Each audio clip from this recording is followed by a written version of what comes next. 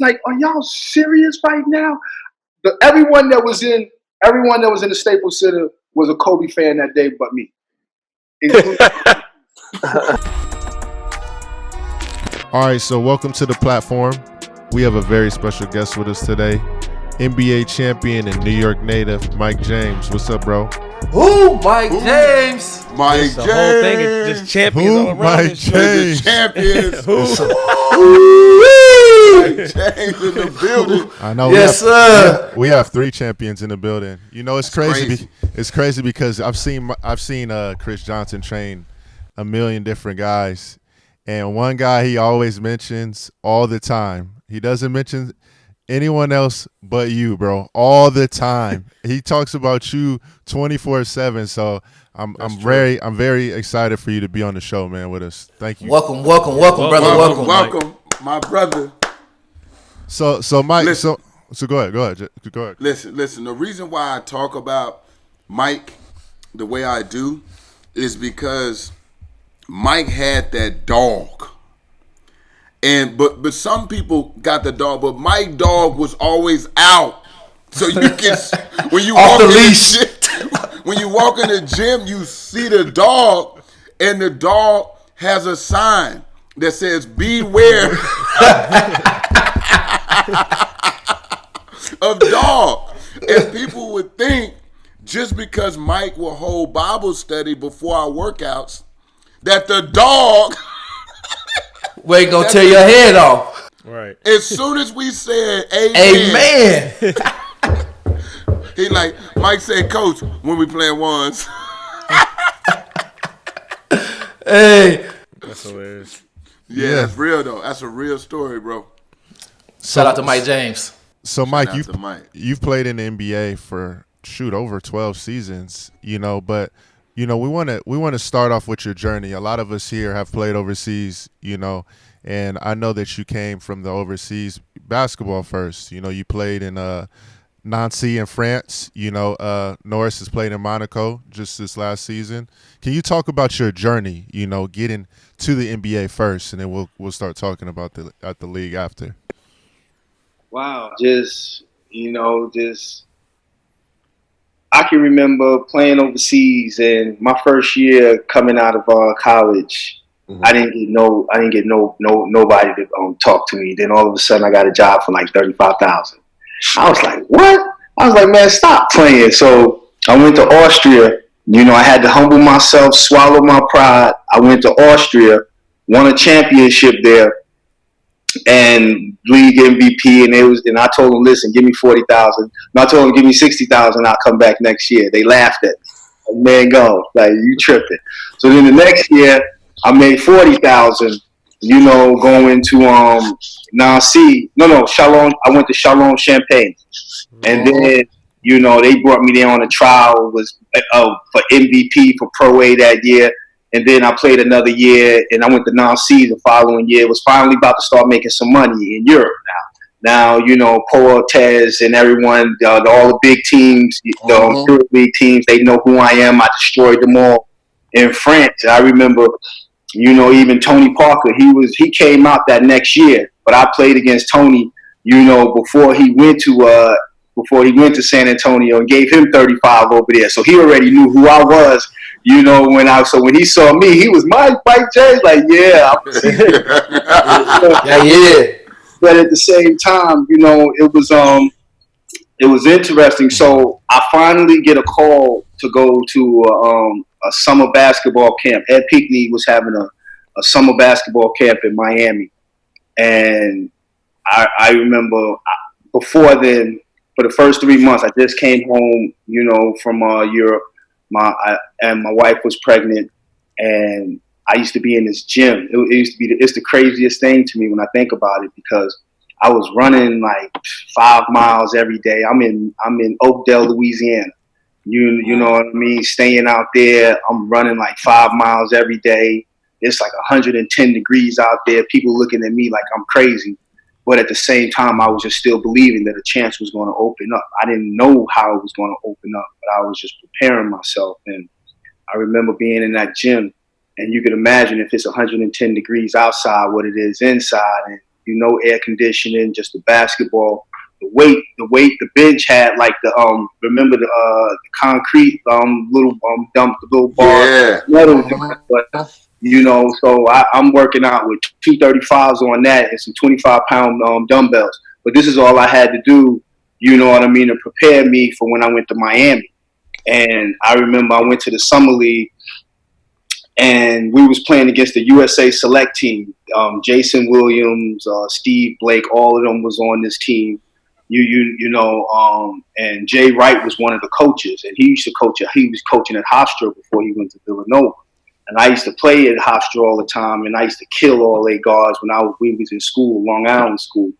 And they didn't play me the first game, so I was just out there like I sat the bench. I was like, man, this is some bull crap. I came out to this crap for this and yada yada. So Jay Wright saw me. He was like, yo, why y'all got Mike James on the bench? He was like, yo, y'all tripping right now. He was like, this is one of the biggest mistakes I made when I coached at Hofstra, was not signing one of these kids, not signing this kid because he was a backyard star that nobody saw and nobody paid attention to, but he used to always come up to the school and destroy his guards. You know what I mean? So then the next game, they played me, and I destroyed. Steve Blake couldn't get the ball over half court. I had like 35 against them, and now all of a sudden everybody's on this, Mike James. So Ed picked me. I'm playing in the summer league. I'm destroying every guard that's there. And Ed is now telling Miami about me, like, yo, you need to come see this guard, yada, yada.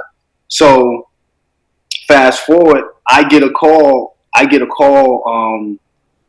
Well, actually, this is after I played in Chalon Champaign. So then I went to the summer league.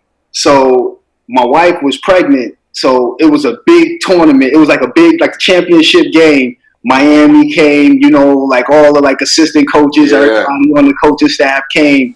And I was like, man, I'm going to see my baby being born. Like, I'm out of here. So this is when I can't remember Jamal Robinson.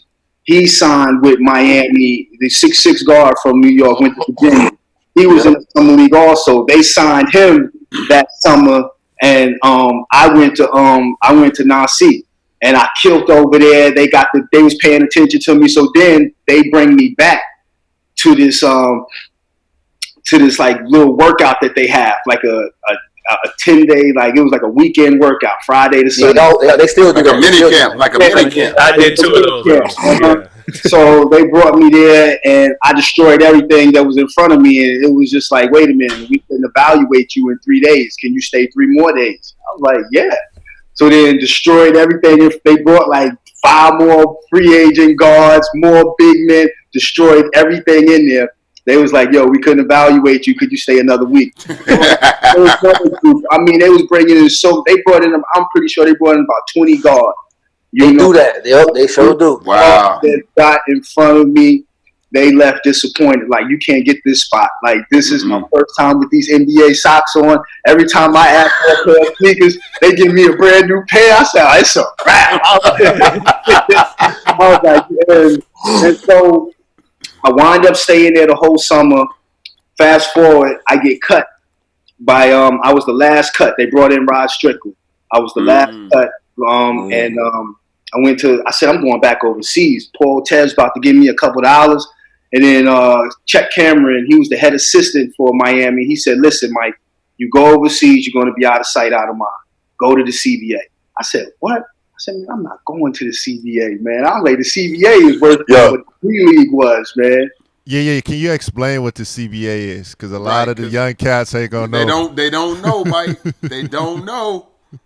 Minor league basketball. It was the worst minor league basketball, but it was some of the nicest ball players. But if you in the CBA, you might get a call up, but 9 out of 10 times your career is going to be like a CBA ball player. They're not going to really take you serious. Wait, so Mike, you could get a call up to the NBA from the CBA? From the CBA. Okay. Most definitely. That was like the minor league. That was like a farm system. How many teams were they, Mike?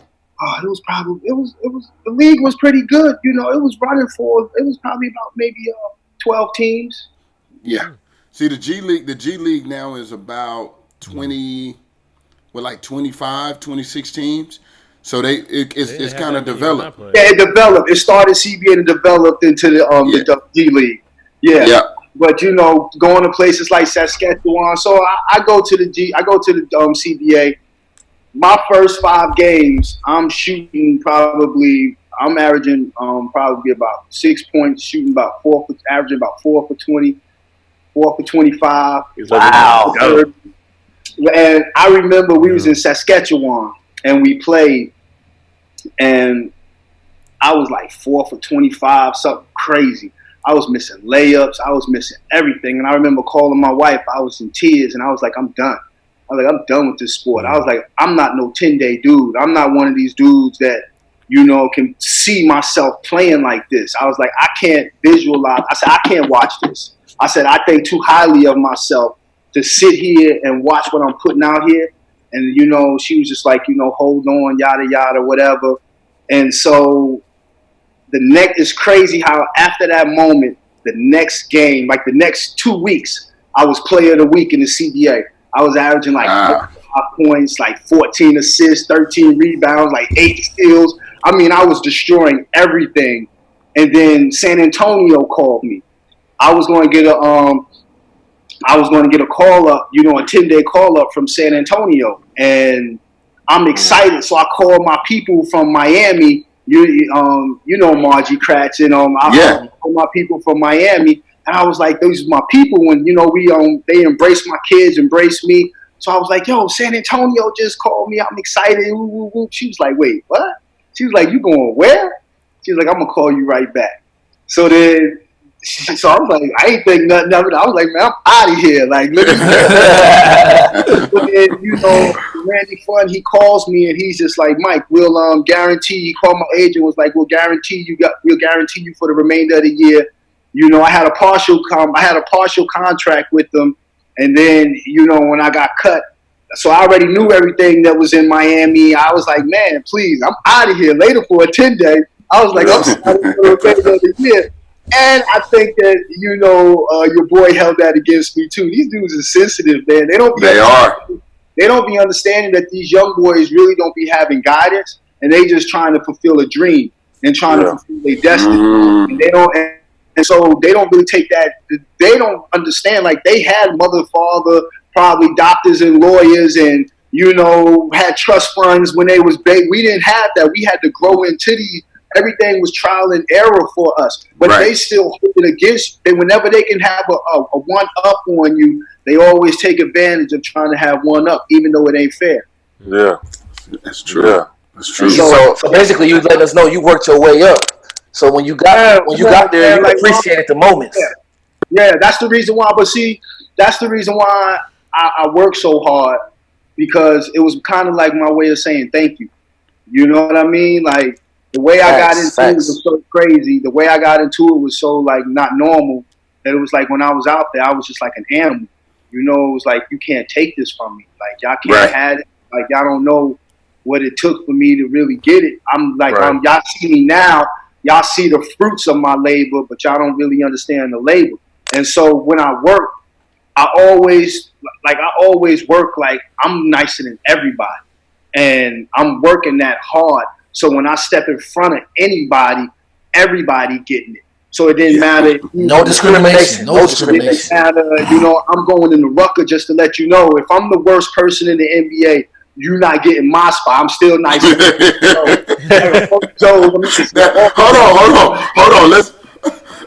We're gonna speak on that. Don't let that go. Don't let that go over y'all head. No, we're going to speak on that for sure. Because it's some guys, It's some guys out there that think they can take these NBA cats. But not only that, it's some guys in the NBA that's the last guy that don't think like that. Facts. And that's why they don't last in the NBA. Facts. You see the thought process was different. He's like, I'm going over here I'm the last guy. I'm going to show you how tough I am. Right. I'm gonna give you this work. So don't even think about going to the guys they think elite. You can't get through me. You can't get through me, bro. Can't get through me. That's a level. I used to make. It's funny how I gained the respect of my peers. I just couldn't gain the respect of the front office. They always looked at me as a a third guard, and he has to work his way to be a backup. And then when I get there, I'm challenging the superstar for minutes. I remember I was 38 years old when I signed with Dallas. And Darren Collison was the starting point guard. I said, man, I'm gonna have that in about a month. Like that's how my mindset was already. That's how my mindset was already going. And then after, you know what I'm saying, because after they realized like the team is going to get better with me on the court, and then I'm still strapping.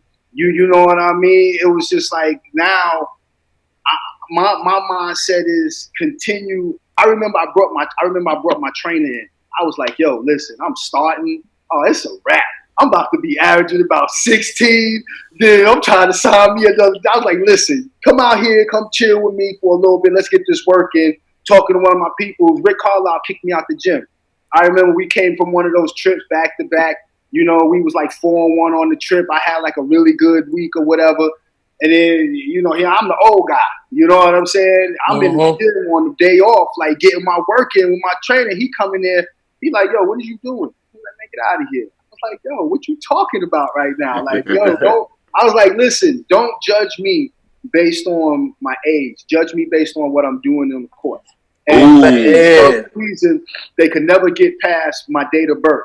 But then when I got on the court, it was like, he don't show no signs of age, but at the same time, he's old.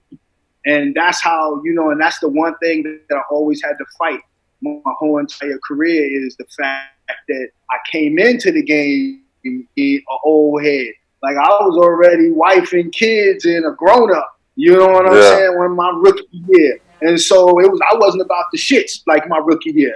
Like when everybody, like, don't play with me. I wasn't on no giddy. Right. I'm already paying bills. Like, so don't play with it. So, I just always I took it different. And then when I was on the court, I took it serious. I wanted to, and I was going to do whatever. It never about like the crowd. It was never, when they say, what do you miss the most about the league? I just miss the competition. That's the reason why I like golf so much, because it gives me the sense of competition. Like I could bet something.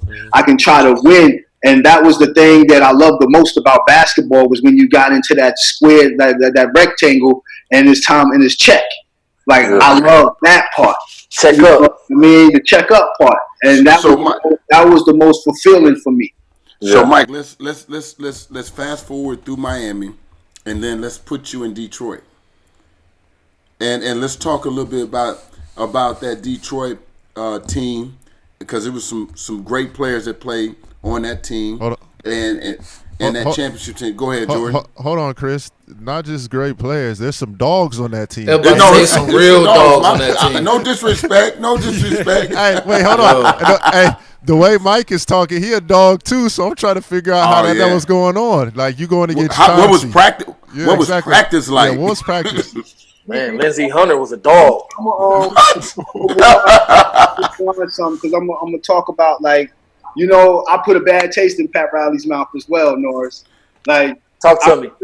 I remember they tried to sign me to a 2-year deal after my second year there, and I chose to go to Boston for league minimum and an opportunity. I always felt like Pat Riley was always going to treat me like I should just be happy that he found me. And he was never going to really what I believed about myself, it was like nobody else believed it. And it was just like, it was crazy. You know what I'm saying? I understand. Trust me. Super nice. And everybody else is like, man, play your role. And I'm like, what do you mean? Like, y'all don't see me going out here? I'm putting out work. That's the toughest thing to deal with. Yeah. I chose to go to Boston. That hurt them. That hurt Miami. He took that personal. Listen, I was supposed to come. He took it super personal and held it always against me. And so I signed to go to Boston. And then from Boston, I got traded. This is when I never believed in 99%. Again, my agent told me I was 99% sure that I wasn't going to get traded. And then anytime you hear that, you know you about to get traded. 100%. I got traded. I'm about to say the same thing happened to me too. And I can remember when I first got there, it was interesting because embraced me. It was cool, but it was crazy because Corliss Williamson used to always bully me. And I used to wonder why, why does this dude think I'm a punk? but like I ain't trying to rock the boat. But it was like he was playing with me, and they play too much. But it was a brotherhood. You know, Right. like everyone went to the kids' birthday parties. You know, Rip would get off the boat. Rip would get off the bus and be meeting in 30 minutes. Whoever going to eat, you know, it clicked. It wasn't no click. It was one click. You know what I mean? And I remember the funniest story. This is when the Dave Chappelle. I'm Rick James. Easy, Mike. Easy, Mike. Okay, my apologies. Keep it PG. I don't keep it PG. So Rashid came to practice the next day like, I'm Mike James, B. I'm Mike James, B. So I was looking at Rashid like, I'm like, is he calling me B right now? I was like, I know she ain't calling me no B. So I looked at Ben. I said, yo, Ben, you better tell your boys, man, they better calm down out here calling me a B. He like, yo, what is you talking about? Right now? It was like, oh, my James, B. Like, you know, in practice, Larry Brown really didn't. He used to call us the working bees and the Cinderellas. Like she and Rip and them, they really didn't do much. I remember Larry Brown had me doing backdoor cuts for about 15 minutes. Was telling me I was doing it wrong, and he kept trying to show me, and I'm sitting there like, are you serious right now? This dude got me doing backdoor cuts for 15 minutes. But we'll be in practice, and I never would go hard against him. Like I would never. I'll be like, yo, I know y'all got a game. I know we got a game tomorrow. Like I ain't trying to kill y'all. Like we never really took each other's. Like it was always play around with each other. You know, it was never on nothing personal. You know what I mean? And it was a mature team. Y'all was a mature veteran team. Yeah. Like I never really felt. I never felt that energy nowhere else. Wherever I went, I looked for that type of team effort, but everything was always clicked up. You will have this crew over here talking about this one. You will have. It was never. I didn't experience none of that in Detroit. It was amazing, man. It was nothing. Wow. That's why y'all won a chip though, because we was the same way in Miami. That championship team we was together a lot, bro. Yeah, as a group, and that's how you win. And leaving Detroit, Joe Dumars, they didn't give me a qualifying offer that year. You know, they basically said that anyone can do my job and anybody can play that role that I played. And so they brought in someone that obviously wasn't strong enough mentally because you got to be able to handle them. I remember right before the playoffs started, you know, because the whole season I used to talk about how I used to kill them when I was playing in Detroit and Miami, and I played against like Rip, and when I played against Rip and them when I was in Boston or whatever, I was like, man, I killed y'all. Like y'all not like that, Chauncey and Rip. Like y'all always be acting like y'all nice. So then they made a video of all my bloopers that I had in all my games. So they was like, yo, this was right before the game one. We about to start game one in the playoffs. And he was like, Rip was like, yo, we got to have a team meeting right now. Let's go in the locker room. So we thinking it's something. They put in the video of them killing me and me throwing the ball, making turnovers. I'm sitting over there like, ooh, I'm gonna get y'all. So every time I saw them, my whole career, it was personal. It was like, I know y'all. Like, I know y'all. Like, stop playing like I don't know y'all. So, you know, I went to Milwaukee and I signed with Milwaukee. And it's interesting the type of stories that I have in the NBA. But I remember playing, and it's in the third quarter with like 5 minutes left in the third quarter. I'm 8 for 11 from the 3-point line. We playing against Boston. Terry Porter tells the team, he keeps me in the game, but he tells the team, don't pass me the ball no more. So now I'm out there. I'm out there like you pressing for shots now instead of them feeding me. I'm like, listen, I'm about to have like 15 of these things. You 8 for 11. 8 for 11 in the third quarter with 5 minutes left in the third quarter. Like, mind you. And so after the game, whatever the case is, I'm like 9 for like 15 or something crazy because I'm fishing for shots now and nothing going in because it ain't no flow. Right. So Terry Porter, the first thing comes out of his mouth is, Mike, what the F is wrong with you? Who you think you are shooting like that? Don't you know we play against them next week? And I'm like, what do you mean? I'll do it again next week. Like this is post-game speech right now. Like, this is what you giving the team. You cussing This me is out for being crazy. good right now. Like, this is crazy. So I get traded from Milwaukee to Houston. And then I'm in Houston. Jeff Van Gundy tells me this, my first game, we don't have no practices or nothing. He says, listen, I just want you to play. I just want you to go out there, don't think about no plays, just go hoop. I said, That's dope. I said, What? I said, I looked and was like, you just want me to just Right. You said you want me to be Mike James? You want me to be Mike James? listen. I was averaging 18 and a half, 5 rebounds, 4 assists, and we was 4-1. Right? In those 5 games. Killing it. Mike, you got to say who's on that team with you, bro. You got to say who's on that team, That's bro. not. Mac, Yao Ming, Crazy, bro. John Barry, Bobby Sear. That's the team. That's a real team. That's a real team, bro. So he calls David Wesley. He calls John Barry. He calls us all in the locker room. And he says, he calls us, he has a meeting. He says, listen, Mike, first thing comes out of his mouth is, you should be happy you even in the league. You should be happy you even doing this. Bobby's starting tonight. We're playing against Phoenix. He said, Bobby's starting tonight. And you just come off the bench and be ready. That was it. Ain't nothing else to talk about. So I'm like, I'm a little bothered. So I'm like, all right, cool. So I come off the bench. Like, I take one shot in like the second quarter. He subs me out. I'm like, oh man, like we on this like already. So I'm like, politics. We down by 20. You got that call from up top. It's the fourth quarter, and I mean it's halftime. I'm heated. I got like 2 points at halftime. I'm mad. The second half starts. Bobby Sear is getting cooked by Steve Nash.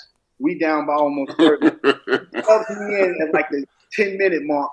We win the game by 20, and I have like 22 for the game. And so it's like, you know what I mean? He ain't got nothing else to say to me. But the crazy thing is, game 6 in the playoffs, we won the first 2 games. Dallas won the next 3 games. And then we are in Houston for game 6. I got 25. I bring the ball up court, break the press, get an and one on Dirk, and foul him out. I look at Coach Jeff Van Gundy is looking over in the corner with his head like this. And I'm like, man, calm down. You calm down. He looked at me and said, wait. What? 20 seconds. Who you think you are? You SOB, I'll have you out of this league so fast. And I'm sitting there like, wait a minute. This is game 6 in the playoffs right now. This is crazy. Worry about the wrong thing, man. You worry about the wrong thing. I'm about to get on the free throw line and get an air one. And you take the time out to cuss me right now. And you haven't shot the free throw yet? You haven't shot the free throw? Oh, he freezing you out too. Oh, he tripping. I had to turn my back on him and basically just said, man, hit the free throw. Hit the free throw. So it was always crazy how, people would always look at like the things I did. So they traded me to Toronto that next year. And I remember I went to T-Mac crib and I told T-Mac, like, listen, that summer I was on 10. Like, those playoffs did something to me because I was averaging like 17. It wasn't even about beat Yao. And the way we beat Houston is we stopped Yao and T-Mac. We got to stop Mike James. And so my confidence is on 10 right now. I remember Detroit is playing against San Antonio in those playoffs in the series in the championship that year. Right. And Tony Parker was having his way with Detroit. I know you thought back to Asheville in Poe. And I called Chauncey. He was like, yo, Chauncey, what are y'all doing? Why are y'all letting Tony like do what he's doing against y'all? I said, listen, it's a wrap. I said, if y'all don't do it this year, I said, it's a wrap next year, and y'all ain't going to be able to do nothing with us in Houston. I said, y'all ain't be able to do nothing at that point guard position. It's a wrap next year. So that's how I was already going at Cats. I was already going at Cats like, I'm on all of y'all next year. Well, you told him that during the finals? What was Chauncey's response? Like, Mike, you always talking trash. Oh, okay. Like, everybody, like, always took me funny. It was Yeah. always But you was dead serious. They was taking you for a joke. They tripping, I bro. was telling everybody. I remember going to T-Mac crib, and I was so serious. I said, listen, the Chinese got all the votes. Y'all got all the Chinese votes. You getting all the votes. I said, I ain't trying to be Batman Robin. All I'm trying to do is let you tell me you got my back. I'm trying to be tougher than I said, I got all these point guards next year. I said, you help me become an all-star. He looked at me and laughed. I was like, what's so funny? Like, I'm serious. So when people saw what I did in Toronto, you know what I mean? That was my mindset. That was like where I was. I just wanted to be around winners with that right there. I wanted to do that in Houston with winners. Like, that's what I was going to get. And then, leaving Toronto and then going to Minnesota. Wait, hold on. Hold on. Wait. We got to talk about. Before we talk about that, Chris, because I know where you're going. Yeah, Mike, you averaged 20 points per game in Houston. In Toronto. Let's not let people forget that. Remind them. People forget that. During the whole, you're an elite scorer. If you can average 20 points in the NBA, that means you're a world-renowned elite scorer. I'm the only player in NBA history to average 20 and go undrafted. See, that's fire. That's it. Clap that up for Mike James, baby. Clap that up for Mike James. Accolade out of the game. Hey. So Mike, I'm gonna take it there. In Toronto, you guys come to LA to play against the Lakers. Let's talk. Let's. You got to talk about it. You have to talk about it. We got to talk about. Now this is the platform, Mike. This is the platform. So now we got to talk about the real platform. We got to talk about it. So being in LA, playing against the Lakers, and they had this guy named Kobe Bean Bryant. Yeah, you know what the craziest thing about that game is that I had a really good first half. And Yes, you did. Yes, you did. I went into halftime thinking, Mike, you're shooting too much.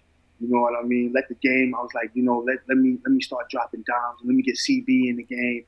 Let me start getting Mo going. Let me get Jalen some more. So I started penetrating more, but instead of looking for my shot, I was thinking. So I started becoming passive. And Kobe never lost the energy that he had in the first half. And so my whole mindset the whole game was, we going to win this game. We still got a chance to win this game. Later for what he's doing, let's at least win this game. I look over at my bench. They over there. Oh, did you see the last movie? I look over at Coach over there. He can't even coach us right now because he thinking about and his head is in his clouds and he going. And I'm like, what? I'm like, are y'all serious right now? Everyone that was in the Staples Center was a Kobe fan that day, but me. I was so mad at everybody in that game. I didn't want to talk to nobody. I went on Romans Burning the next morning. It was like, we ain't had no strategy. It was I probably shouldn't have said a lot of the things I didn't say in my career. But I was so mad. And I remember, the crazy thing is, I remember saying to Sam Mitchell, let me guard Kobe. He said, no, Mike, I don't want you to get in foul trouble. I said, are you? I about it. And I listened to him.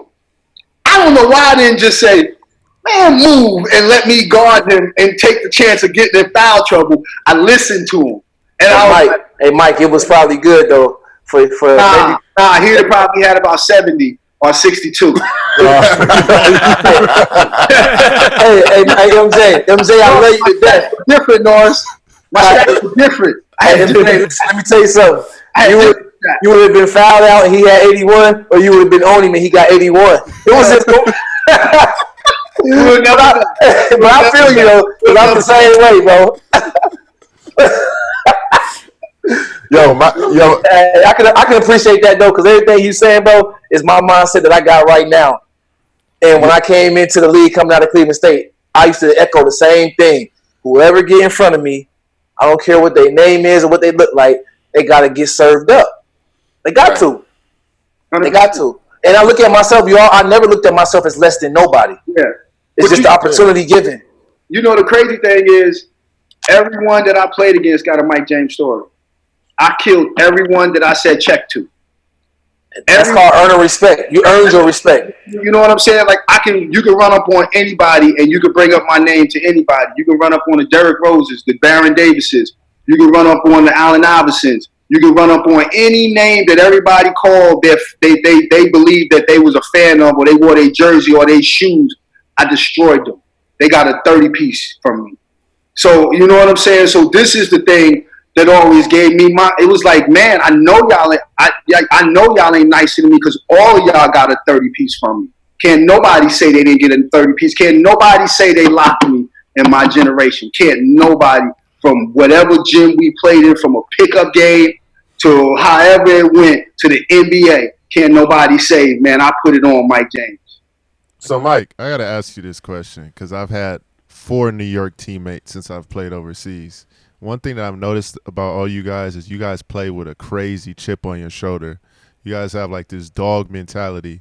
You know, like Chris mentioned before, you're a Christian dude. When I hear you talk, it's so much of a dog that I forget that you're a real life Christian. So I'm just saying, like, why is it like that? Like for New Yorkers, like coming out, like you guys just have this crazy mentality, bro. Like even just from hearing you talk.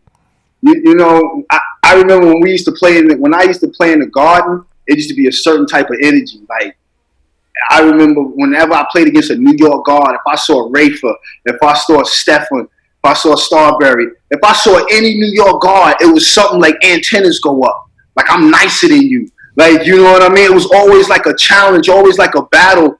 And it goes back to when we was kids, like, nobody can be better than you. You always have to have a mindset. You go park hopping and you got to bring your game wherever you go. If not, people going to talk about you. You know, you want to make a name. You don't. They always used to make a statement in New York basketball was you know, play bring your game, or you want to get talked about. Like you're going to get out of here. You're going to get ran out the park. You know, as quick as you see them Rucker games and they cheering, believe me, they can start booing too. They can start get out of here. And so it's a whole different mindset. You know that you have to have that in your face direct. It's like Chicago basketball. You know, if you pay attention to Chicago basketball, it's grimy. Mm-hmm. You know, later for it might be pretty and you might see some cats pretty, but at the same time, it's going to test your toughness more than anything else. And that's how New York basketball is. It's going to be on some old athleticism or whatever, but we're going to mainly test your toughness. Mm-hmm. Damn. That's how you build up your supreme confidence. When you start park hopping and then you get your respect from your peers in the neighborhood, and then you go to the next level, get your respect from your peers in college. Those battles is where you get your confidence from. A lot of guys nowadays got false confidence because they never really been in a real battle, or they play on the same team as a person that'll give them that real battle. When back in the days, you older than me, Mike, but even back when I was playing, when I knew I could play. Not because I thought I could play. I knew I could play because I played against other players that could play, and I had success. And so it was like the only way to know that you tough is to go through the fire, like to build that callus up. You know, like when you lift weights, your hands start to callus until you get used to the weights, and now your hands is like bricks. Same thing as a fighter. You fight.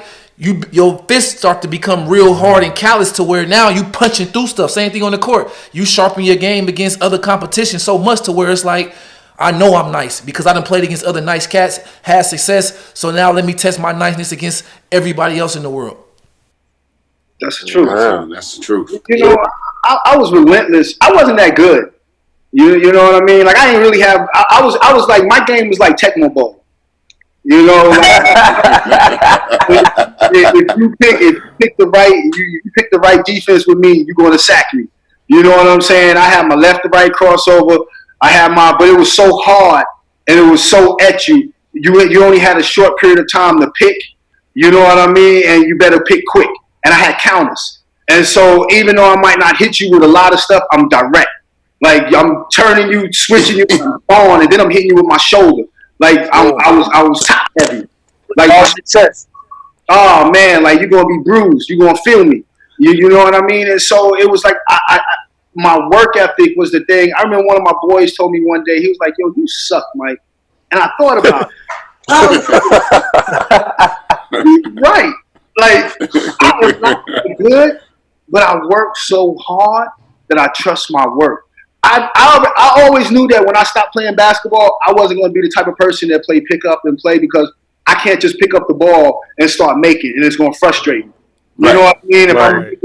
I can't just grab the ball and start making moves and I'm back into the mix of it, just going up and down a couple of times. Nah, dog. I got to do 30 minutes of dribbling drills every day. I got to shoot 500 jump shots every day for my own psyche.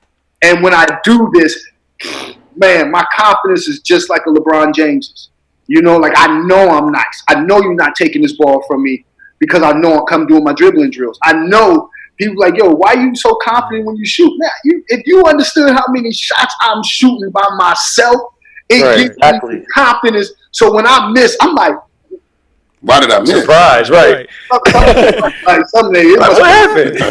Like something must not be right. So my confidence, I believed it. I believed in my work, and I took my work to the game, and I couldn't wait to show people. I was so excited about being able to show people my work. Like, ooh, I can't wait till y'all see what I done cooked up. So Mike, by you being able to play for these different teams, and we haven't even talked about the Chicago Bulls yet, and Coach Thibodeau, you mentioned other coaches. Who do you consider one of the best X and O coaches that you played for? When you got like Van Gundy, you had you name it all. Yeah, you had all of these. Coach Carlisle. You played for coach that wanted these Larry Brown. Mm-hmm. So who would you consider the top or the best X's and O coaches when it comes to game preparation for the team? Jim O'Brien. Jim O'Brien was the best X and O coach. Where did you play for Jim at? At Boston. He the reason why I left Miami. And when I was able to see how he prepared as a coach, how he was always, his ATOs was always, like, I used to always listen, pay attention to coaches' ATOs and, you know, the plays that coaches draw up. And I either be like, that's stupid.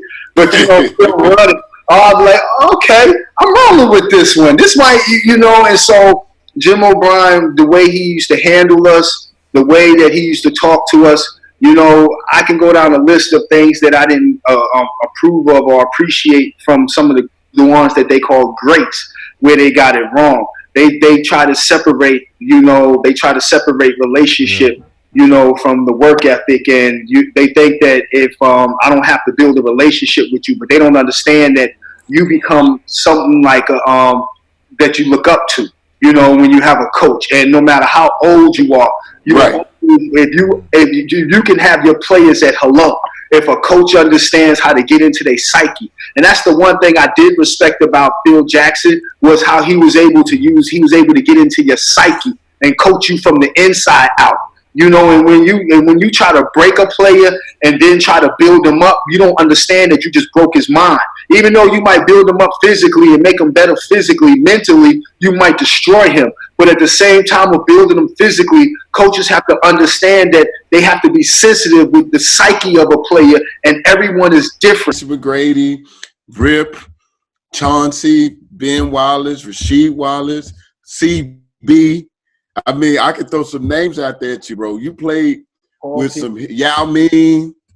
T-Mac, you know, it was that one year, like, Mac was like on the same level as like Kobe.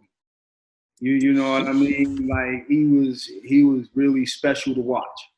And I used to even catch myself, like, you know what I'm saying? Like, just throwing him the ball and just watching him. Like, damn. He really like that smooth, that nice, without sweating, without, you know, his little Ivy over here wandering. He won't say nothing to you. He'll just give you like a little point and a wink, like extra cool. Like, he was like the most extra, like you trying too hard to be that cool. But that was just his personality and his MO on the court.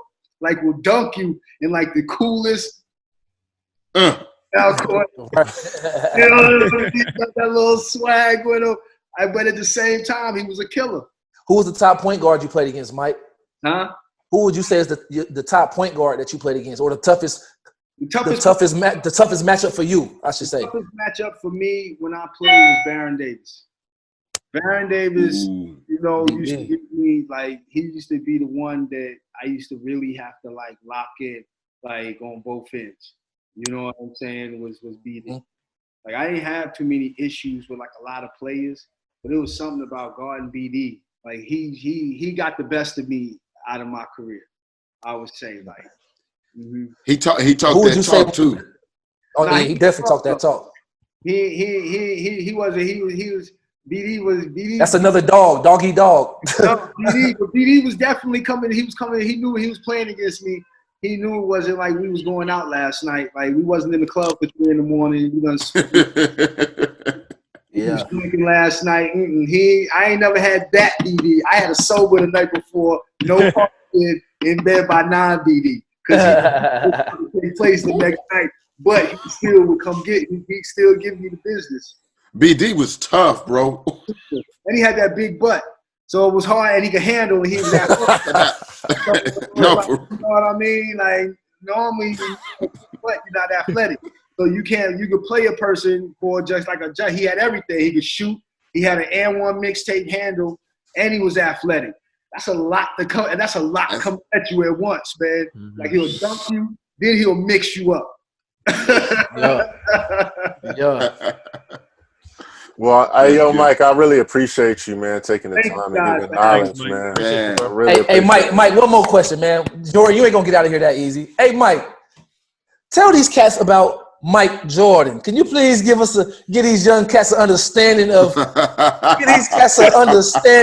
who his airness, aka the Black Cat? Can you give these young people who may not know, talk just for 2 seconds. Just talk to them about MJ, man. You know, I'm people always compare Kobe to Michael. I make the statement. I take it like this: Kobe was the human version of Michael. Michael was the robot. Michael was the robotic version. Like Michael was a robot, and Kobe was the human version. You know what I'm saying? Like that's basically how I compare. Hey, talk to him, Mike. I love that analogy. Like he was but you know what? They took some DNA from MJ and they created Kobe, but Kobe was a human. So he had more mistakes. He was not as athletic, not as fast, not as he was ass, but not ass. I got you. Man, like he was there, but I appreciate. I mean, but that's why Kobe is impressive too, though. I appreciate you saying that. As a human, that's impressive. There was nothing. That era had to play. That era had to punch him in the face in order to stop him. Imagine not being able to have to punch him in the face in order to stop him.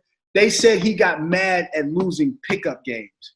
He got mad when he don't. So Michael, his mindset was, see, I'm a little dude with that type of mindset. He's 6'6", 6'7" with that mindset. Hands. With hands like this, with a 40-something inch vertical. Like he's just a straight big dog. Leave me alone. Hey. Coach talk about footwork. He talk about footwork. Man, his footwork was immaculate. Come on. Talk that talk. We can talk all. It's not even no discussion. Yeah. I love Mike's analogy though, bro. That's the best. That was analogy. crazy. I've never heard that ever. That's the best analogy I've heard today by far. For sure. Never heard that before. Never. That's it. It makes sense, bro. That may go viral. Nah, seriously. Yeah, that was dope. That might go viral. Kobe was the human version of Mike. That's crazy. That's something. That's something, Mike. Mike, I appreciate you, man. You know you my brother, and that's the thing that I love, being a part of everybody's journey and a ton of brothers that got my back. And I appreciate you. I love you, my brother. And we excited that you our first guest on the platform, man. Let's give it up for Mike, man. My boy Mike. Ooh, Mike James. Mike James. Appreciate you coming, OG, man. Yeah, he makes like he's perfect for this too. Though, like he was a perfect person. He's a beast. Our setup is where everybody had to work for everything. Like having Mike on first was that was dope, Mike. Hey, I was Coach Johnson's first working. I was Coach Johnson's first, man. Yeah. That's hey, my Mike, first, bro. what your ones look like now, Mike? Huh? I said, what your ones look like now? My who? Your ones, your one-on-one. What it look like now? Golf swing. My golf swing is official. See? My ones is trash, right? Norris, you didn't listen to anything he said. I heard. I had to run it back. I had to run it back. It's though. working. No, I said one-on-one. I didn't say 5-on-5. I said one-on-one. I had to see. Norris, don't I ain't let letting him Mike fool me. Yeah, He's not do fooling not me. let Mike fool you, bro. Because I Mike, want the person that don't play defense. I want to play against him. Like I don't like playing against people that can play defense good now. Like, I don't care what you do now. It's like, come on, dog. You do it, man. You doing too much. It's not many of us out there, so you can be good. He's young. Go over there. I just want to shoot open threes. Facts. Hey, appreciate y'all, man. Yes, thank you, Mike. Appreciate you, Doc. Appreciate you. Yes, sir. Stop this. Let's see. Okay.